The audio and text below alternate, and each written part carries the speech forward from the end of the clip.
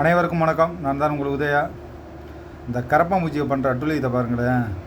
ஏதோ அவங்க நல்ல நேரம் ஒரு நீட்டுன்னு ஒரு பிரச்சனையை எடுத்தால் நம்மளை யாரும் தொட முடியாது, கேட்டால் அதை பெரிய இஷ்யூ ஆகிக்கிறோம்னு சொல்லிட்டு அந்த நீட்டு விஷயத்தை எடுத்து டெல்லியில் போராட்டம் பண்ணாங்க. அது சரி, போராட்டம் பண்ணோட விட்டாங்களா. அதுக்கடுத்து இப்போ என்னென்னா மக்கள் ஆதரவு கொஞ்சம் கிடச்சிருச்சின்னு நினச்ச உடனே இப்போ என்ன பண்ணுறது, அரசு பள்ளிகளுக்கெல்லாம் அந்த கேமரா தூக்கிட்டு போகிறது. ஊராக போயிட்டு அந்த ஊர்லலாம் எப்படி இருக்குது, தண்ணி வருதா இல்லையா என்ன ஏதுன்னு அப்படியே தூக்கிட்டு கிளம்ப ஆரம்பிச்சிட்டாங்க. அதுவும் முக்கியமாக இப்போ அரசு பள்ளிக்கூடத்துக்கெலாம் போகிறாங்க. அது அரசு பள்ளிக்கூடத்துலலாம் எப்படி கழிவறைகள் எப்படி இருக்குது, மற்றபடிய பள்ளிக்கூடங்களில் சோறுகள்லாம் எல்லாத்தையும் அவங்க வேடிக்கை பார்க்குறாங்க. நான் என்ன கேட்குறேன், ஒரு அரசு பள்ளிக்கூடம் நடந்துக்கிட்டு இருக்க போல தான் நீ எல்லா வேலையும் பண்ணுற.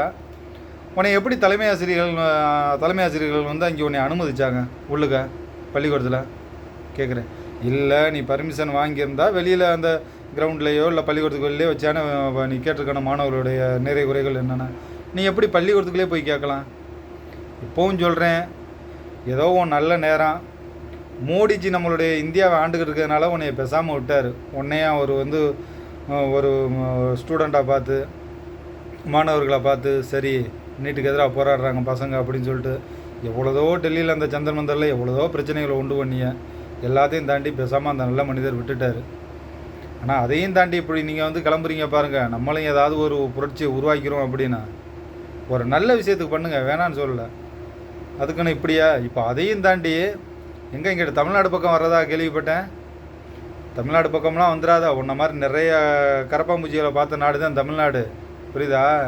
அதுவும் முக்கால்வாசி இந்த கரப்பாம்பூச்சிகளை தமிழ்நாட்டு மக்களுக்கே பிடிக்காது. ஆமாம், அடித்தே கொண்டு பார்த்துக்க. அதுவும் வந்து ஏதோ இப்போதான் எங்கள் முதலமைச்சர் அண்ணன் விஜய் அவர்கள் வந்து இப்போ தான் முதல் முறையாக முதலமைச்சராக இருக்கார். அவர்கிட்ட ஏதோ கோரிக்கைலாம் வைக்க வர்றியா? வா வா வா, உன் கோரிக்கை தான் என்னன்னு பார்ப்போம். வேணாம், இனிமேலாவது இப்போ உனக்குன்னு ஏதாவது வேலைகள் இருக்கும், அதை பார்த்து நல்லபடியாக நீ பொழைச்சிக்க பார்த்துக்க. நீ வாட்டுக்குள்ள இந்த போராட்ட இரட்டம்லாம் தூக்கிட்டு தெரியாத. அதுவும் நீ எங்கேருந்து உன்னுடைய பாலிடிக்ஸ் ஆரம்பிக்கோ அங்கிட்டிருந்து ஆரம்பி.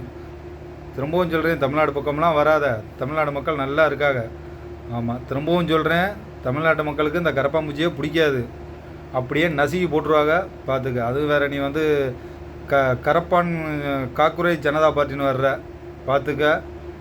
நீ வாட்டுக்குள்ளே எங்கிட்ட போய் அரசியல் பண்ணிவிட்டு உன் பொழப்பை நடத்திக்கிட்டு போய்கிட்டு. நன்றி, வணக்கம்.